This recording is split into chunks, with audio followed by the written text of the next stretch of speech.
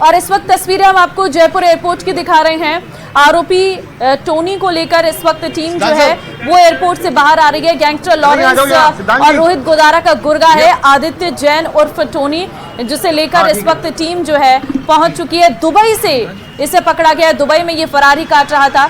ये पूरी टीम है एजीटीएफ की टीम आदित्य जैन को लेकर के जयपुर एयरपोर्ट पहुंच चुकी है।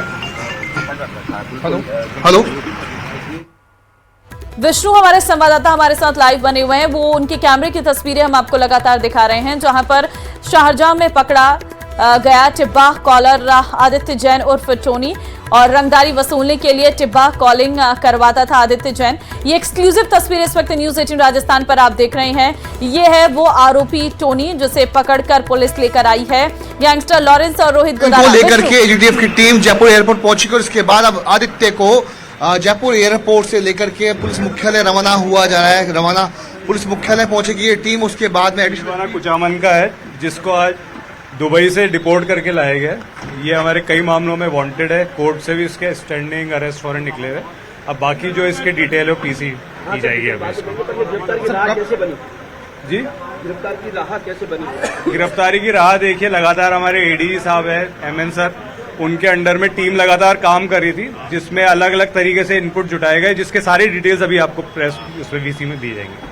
ठीक है, थैंक यू। ये है एडिशनल एसपी सिद्धांत शर्मा, जो उनके सुपरविजन में मॉनिटरिंग में इनको लाया गया है। यहाँ पर इंस्पेक्टर रविंद्र प्रताप सिंह यहाँ पर है, तमाम जो टीम है वो यहाँ पर एक बड़ी कामयाबी कर सकते हैं आपकी, किस प्रकार से पूरी कार्रवाई? जी अभी लेके आए हैं, थोड़ी देर में इंट्रोगेशन करके फिर बताएंगे। सर इस केस की आयु आप ये सब कुछ तो सर अभी थोड़ी देर में पूछताछ के बाद में बताएंगे। तो देखिए एजीटीएफ की टीम अब कुल मिलाकर के यहाँ से रवाना हो चुकी है। पुलिस मुख्यालय यहाँ जाया जाएगा। उसके बाद में एडिशनल एसपी सिद्धांत शर्मा की अगुवाई में टीम को दुबई भेजा गया था। दुबई से टीम लौटी है और उसके बाद अब एजीटीएफ की टीम जयपुर एयरपोर्ट से रवाना हो चुकी है। हम दिखा रहे हैं खास तस्वीरें हम दिखा रहे हैं न्यूज 18 राजस्थान पर कि एजीटीएफ की टीम इस आदित्य जैन को लेकर के, टोनी को लेकर के पुलिस मुख्यालय के लिए रवाना हुई है। दुबई के शारजाह से इसको पकड़ा गया था। उसके बाद अब एडीजी क्राइम दिनेश एमएन पूरे मामले में प्रेस कॉन्फ्रेंस करेंगे, बताएंगे कि आखिरकार किस तरीके से यह पूरा ऑपरेशन चलाया गया था और किस तरीके से डिब्बा कॉलिंग के जरिए लोगों को, प्रदेश के बड़े कारोबारियों को थ्रेट कॉल किए जा रहे थे। ये तमाम जो जानकारी है वो जो एडीजी क्राइम देंगे। अभी तो फिलहाल एक बार फिर से काफिला जो यहाँ पर रुका हुआ है, एक भारी सुरक्षा व्यवस्था के बीच में आदित्य जैन को जयपुर एयरपोर्ट से लेकर के अब पुलिस मुख्यालय जाया जाएगा। उसके बाद अभी जैसा कि एडिशनल एसपी बता रहे थे कि नागौर की कुचामन सिटी में वहां मुकदमे दर्ज है, तो ऐसे में नागौर में ही आदित्य की पेशी यहाँ पर होगी। दिखाऊं कारों का किस तरीके से पुलिस का जो जाब्ता है, काफिला है, वो इसको भारी सुरक्षा के बीच में लेकर के रवाना हो रहा है। मैं दिखा रहा हूँ मेरे पीछे की तरफ, देखिए वापस से एक बार, ये पूरी एजीटीएफ की गाड़ियां हैं जो सुरक्षा के बीच में लेकर के यहाँ से रवाना हुई है। तमाम गाड़ियां भारी सुरक्षा, काफी कड़ी सुरक्षा के बीच में आदित्य जैन को लेकर के अब ले जाया जा रहा है जयपुर एयरपोर्ट से। जी बिल्कुल विष्णु, अब सीधे पुलिस मुख्यालय ले जाएगा। क्या प्रेस कॉन्फ्रेंस के दौरान भी टोनी को वहां पर उस वक्त मौजूद रहेगा? टोनी, क्या जानकारी इसको लेकर?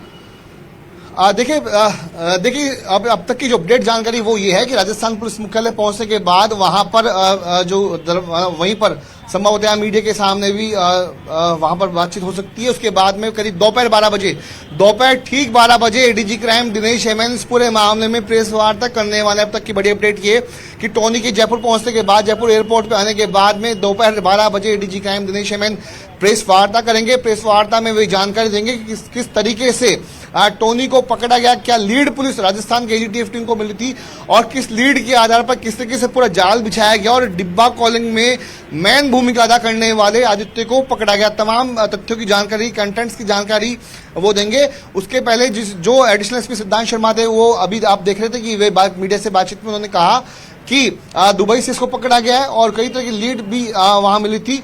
तो पूरे मामले में जो अनुसंधान अधिकारी वो रविंद्र प्रताप सिंह पुलिस इंस्पेक्टर को बनाया गया है। वे भी मीडिया से भी बातचीत कर रहे थे। तो अब दोपहर 12 बजे का इंतजार करना होगा, जबकि एडीजी क्राइम दिनेश एमएन बताएंगे कि आखिरकार किन किन लीड्स के मिलने के बाद में आदित्य को पकड़ा गया और कितनी बड़ी कामयाबी एजीटीएफ की टीम के लिए ये है। जी बिल्कुल, और ये साफ नजर भी आ रहा था। हाव भाव देखिए जरा आदित्य उर्फ टोनी के, जो एक समय में अपने आप को खूब चर्चित नाम जिसने बनाया, आज वो सर झुकाए खड़ा है। हम तस्वीरों में देख रहे हैं बड़ी कामयाबी तो इसे हम यहीं पर कह सकते हैं, क्योंकि एक ऐसा आरोपी जो मोस्ट वांटेड था।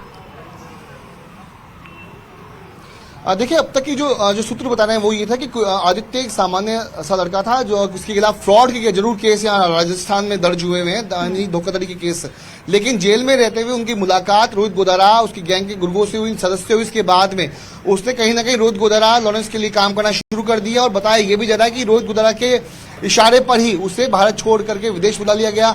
उसने राजस्थान छोड़ दिया। यहाँ जो मुकदमे दर्ज थे उनमें पुलिस को उसकी तलाश थी, लेकिन क्राइम जगत में उसकी पहचान टोनी के रूप से हुई और कहीं ना कहीं दुबई में उसको ठिकाना उसको बनाया गया। वहीं रह करके उसने डिब्बा कॉलिंग की जो जरिया वो बना रोहित गोदारा के लिए, लॉरेंस बिश्नोई के लिए, रंगदारी वसूल करने के लिए।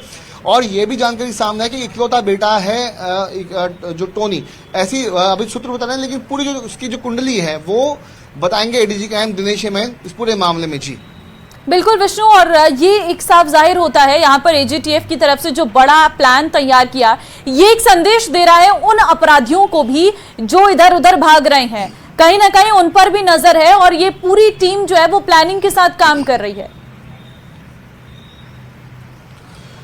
देखिए, बिल्कुल मैं आपको एक बात और बताना चाहूंगा कि कुछ दिनों पहले संजय सर्किल थाने में एसएचओ हरिओम सिंह उनकी टीम ने इसी लॉरेंस बिश्नोई की गैंग से जुड़े हुए एक महिला, उसके अलावा राजेंद्र जोकर को और कई गुर्गों को पकड़ा था। उनसे भी जब पूछताछ हुई तो कई तरह की लीड, कई अहम जानकारियां जोकर के मार्फत, एक महिला जो हैंडलर थी उसके मार्फत मिली थी। तो कहीं ना कहीं वो जानकारी भी एसएचओ हरिओम सिंह की ओर से उच्च अधिकारियों को दी गई। कई लीड्स वहां पर मिली पूछताछ में, तो कई तमाम जगहों, तथ्यों पर, कई जगह बिंदुओं पर राजस्थान पुलिस की टीम काम कर रही थी, एजीटीएफ की टीम काम कर रही थी। और मैं एक जानकारी और दे दूं कि आदित्य उर्फ टोनी के खिलाफ भी रेड कॉर्नर नोटिस जारी किया गया था एजीटीएफ की टीम के एडिशनल एसपी नरोत्तम वर्मा के द्वारा।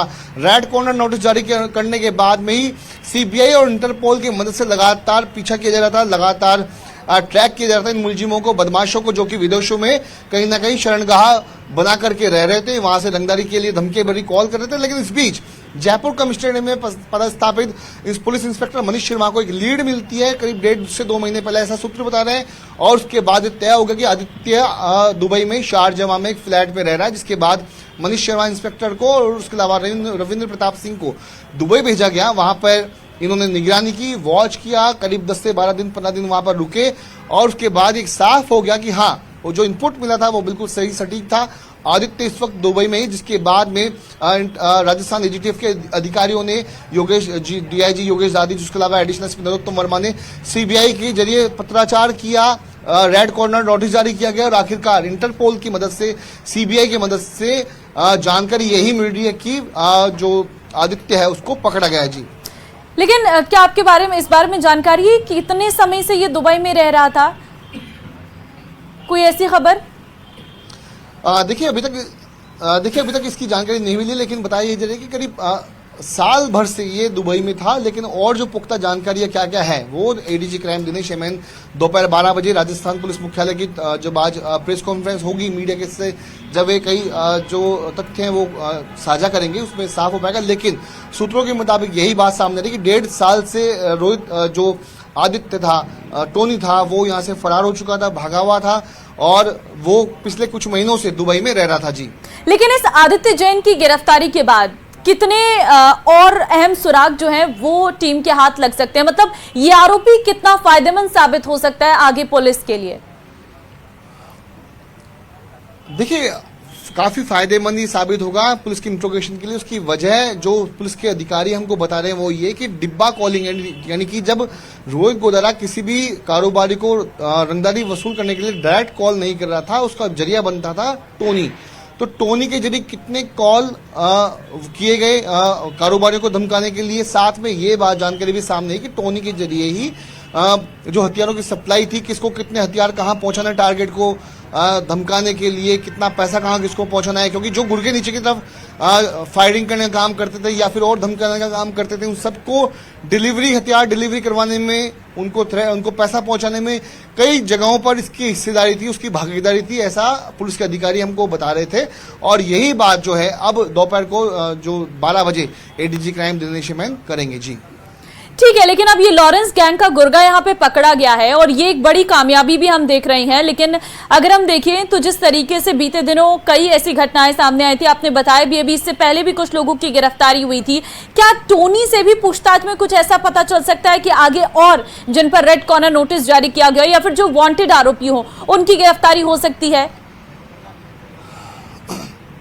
देखिए, प्रदेश में नई सरकार के गठन के बाद में सबसे पहले एजीटीएफ को गठन किया गया था, कमान सौंपी गई थी एडीजी क्राइम दिनेश हेमैन को। उसके बाद में रेड कॉर्नर नोटिस जारी करने की जो प्रक्रिया है कि शुरुआत हुई, सबसे पहले कुंडलियां इकट्ठा की गई, सब बदमाशों के नाम इकट्ठा किए, कौन से ऐसे हार्डकोर बदमाश हैं जो कि रोहित गुदरा, लॉरेंस बिश्नोई से या फिर किसी अन्य बड़ी गैंग से जुड़े हुए हैं, उनके नाम है जो कि राजस्थान से कहीं ना कहीं ताल्लुकात रखते हैं रंगदारी के लिए या फिर रहने में।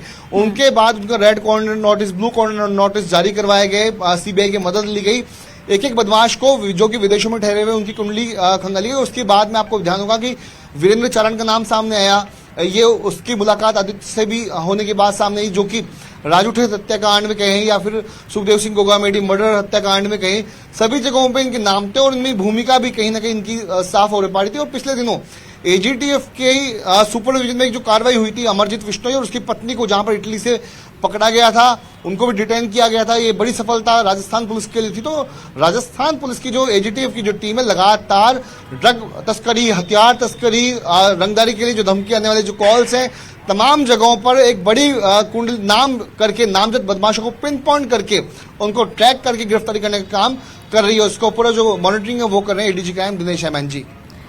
अब जी आप बता रहे हैं कि पुलिस हेडक्वार्टर में अभी कुछ ही समय बाद प्रेस कॉन्फ्रेंस रहने वाली है, और क्या उस प्रेस कॉन्फ्रेंस के बाद इस टोनी को लेकर यहां से रवाना किया जाएगा? आगे किस जेल में से शिफ्ट किया जाएगा? क्या ऐसे कयास हैं? देखिए, बिल्कुल जो अब तक बताया गया वो ये कि दोपहर 12 बजे एडीजी क्राइम दिनेश हेमैन प्रेस कॉन्फ्रेंस करेंगे। उसके अलावा अभी एडिशनल एसपी सिद्धांत शर्मा ने, जो कि आदित्य को लेकर के दुबई से लौटा है, उनका कहना था कि जो नागौर में कई मुकदमे दर्ज हैं, तो ऐसे में टोनी की जो कोर्ट में पेशी होगी वो नागौर में होगी। नागौर में उसको ले जाया जाएगा जयपुर से, लेकिन इस वक्त जयपुर एयरपोर्ट से उसे पुलिस मुख्यालय ले जाया गया है। वहां पर उसके बाद ही उसे लेकर के अब एजीटीएफ की टीम नागौर में कड़ी सुरक्षा के बंदोबस्त के बीच रवाना होगी। तो नागौर में आज टोनी की पेशी होगी और उसे कम जो एजीटीएफ की टीम रिमांड पर लेगी ताकि गहनता से अनुसंधान हो सके। जी ठीक है, अगर टोनी के परिवार की बात करें, कुछ जानकारी है विष्णु आपके पास कि ये कहां से रहता है, परिवार कहां रहता है और किस तरीके की इसकी कार्यशैली आगे रही है और किस तरीके से राजस्थान में ये पला बढ़ा है? क्योंकि देखिए, अब तक की जानकारी के मुताबिक नागौर का रहने वाला है आदित्य जैन नागौर का रहने वाला है। इसके जो पिता हैं वो कारोबारी हैं, किराने का काम उनका व्यवसाय है, वो व्यवसाय करते हैं, माता पिता की इकलौती संतान है, ऐसा भी जानकारी सामने आई। अब तक की जो प्रोफाइल सामने आई, लेकिन पहली बार इसका नाम बड़े लेवल पे सामने आया, चूंकि अब तक की सीधे तौर पर इसका नाम आदित्य जैन का नाम सामने नहीं आया था। टोनी के रूप में जरूर इसकी पहचान हुई थी, यानी जो कई एफआईआर दर्ज हुई है रंगदारी की धमकियों को लेकर के या फिर किसी और अन्य मामलों में, तो टोनी का नाम सामने आता था। लेकिन अब जो है कई सारे खुलासे अब राजस्थान एजीटीएफ की टीम ने कर दिए हैं। जी ठीक है, अगर हम बात करें तो किस तरीके से इस आरोपी का नाम किन किन आरोपों में जुड़ा हुआ था, क्या इस बारे में कोई जानकारी सामने आई है? देखिए, कई मुकदमे दर्ज मिलेंगे, लेकिन उन किन मुकदमों में आदित्य का नाम है ये अभी तक खुलासा नहीं हुआ है, चूंकि उसके बारे में पूरी जानकारी एजीटी क्राइम ही देंगे। लेकिन अब तक ये बताया जा रहा है कि करीब कम से कम 50 से ज्यादा मामले ऐसे हैं जिनमें आदित्य और टोनी का नाम शामिल है, और या फिर ना सिर्फ राजस्थान बल्कि राजस्थान के बाद अन्य राज्यों में जहां जहां पर रंगदारी के लिए कॉल किए गए लॉरेंस बिश्नोई या फिर रोहित गोदारा या फिर अन्य किसी की ओर से, तो वहां भी एक पूरी जुटाई जाएगी जानकारी कि आखिरकार राजस्थान के बाहर और ऐसे कौन से राज्य जहां पर टोनी के खिलाफ भी मुकदमे दर्ज हैं। तो सबसे ज्यादा जो मामले हैं वो यही कि ऑर्गेनाइज क्राइम से जुड़ा होना, हथियारों की डिलीवरी करना, कहने पर गैंगस्टर्स के इशारे के ऊपर टारगेट तय करना, टारगेट को धमकी दिलवाना, उनके नंबर हासिल करना, कारोबारियों के हासिल करके उनको पैसों के लिए धमकी दिलवाना, कई सारे जो आरोप हैं वो टोनी पर लगे हुए हैं और उसी की पड़ताल अब गहनता से पूछताछ होगी, जबकि उसे रिमांड पर लिया जाएगा। जी ठीक है, कहीं ना कहीं क्योंकि बताया जाता था कि राजस्थान के जो भी अलग अलग कारोबारी हैं उनको रंगदारी के लिए धमकाते रहते थे, तो उन कारोबारियों में कहीं ना कहीं एक राहत मिलेगी, क्योंकि ये एक चेन को तोड़ने जैसा है आदित्य जैन की गिरफ्तारी होना। देखिए, राजस्थान में नई सरकार के गठन के बाद जैसा कि मैं बता रहा था कि एजीटीएफ का जो गठन था वो इसीलिए किया गया था कि एंटी गैंगस्टर्स टास्क फोर्स, जो गैंगस्टर की कमर को तोड़ पाए, जो कि ऑर्गेनाइज क्राइम है, जो कि गैंगवार एक समय में बहुत ज्यादा बढ़ गई थी, लगातार यहाँ पे मर्डर हो रहे थे। तो ऐसे में गैंगवार को रोकना जरूरी था, चूंकि आनंदपाल के एनकाउंटर के बाद में एक नई गैंग जो थी वो खड़ी हो गई थी और लगभग कई गैंग्स के ऊपर जो हुई थी वो सब लॉरेंस बिश्नोई, रोज गोदारा, उसके अलावा जो अन्य बदमाश है उनकी शरण में जा चुके थे। यहाँ पर रंगदारी का काम जो है वो वसूल हो गया था। आप देख रहे थे कि राजस्थान में कई जगहों पर, कई जिलों में बड़े बड़े कारोबारियों को थ्रेट कॉल आ रहे थे, 2 से 5 करोड़ की रंगदारियां उनसे वसूली जा रही थी। तो इन सबको देखते हुए एजीटीएफ ने काम करना शुरू किया, red corner, blue corner notice जारी करना शुरू किए। पूरी जो कमान थी वो एडीजी क्राइम दिनेश हेमंत को सौंपी गई, अलग अलग टीमें गठित किया गया। एडिशनल एसपी नरोत्तम वर्मा को कमान सौंपी गई। उसके पहले जब डीआईजी राहुल प्रकाश थे वो इसको लीड कर रहे थे। तो अब जो है डीआईजी योगेश दादी जिस पूरे काम को देख रहे हैं, एडिशनल एसपी सिद्धांत शर्मा को लाया गया। उसके पहले एडिशनल एसपी करण शर्मा थे, विद्या प्रकाश थे। एक बहुत मजबूत टीम राजस्थान की एजीटीएफ टीम को दी गई थी, उनका गठन किया गया, उनको संसाधन दिए गए और आखिरकार बिल्कुल विष्णु, और ये कहीं ना कहीं एक बड़ी कामयाबी है। प्रेस कॉन्फ्रेंस का इंतजार करना होगा। बहुत धन्यवाद आपका फिलहाल तमाम जानकारी देने के लिए।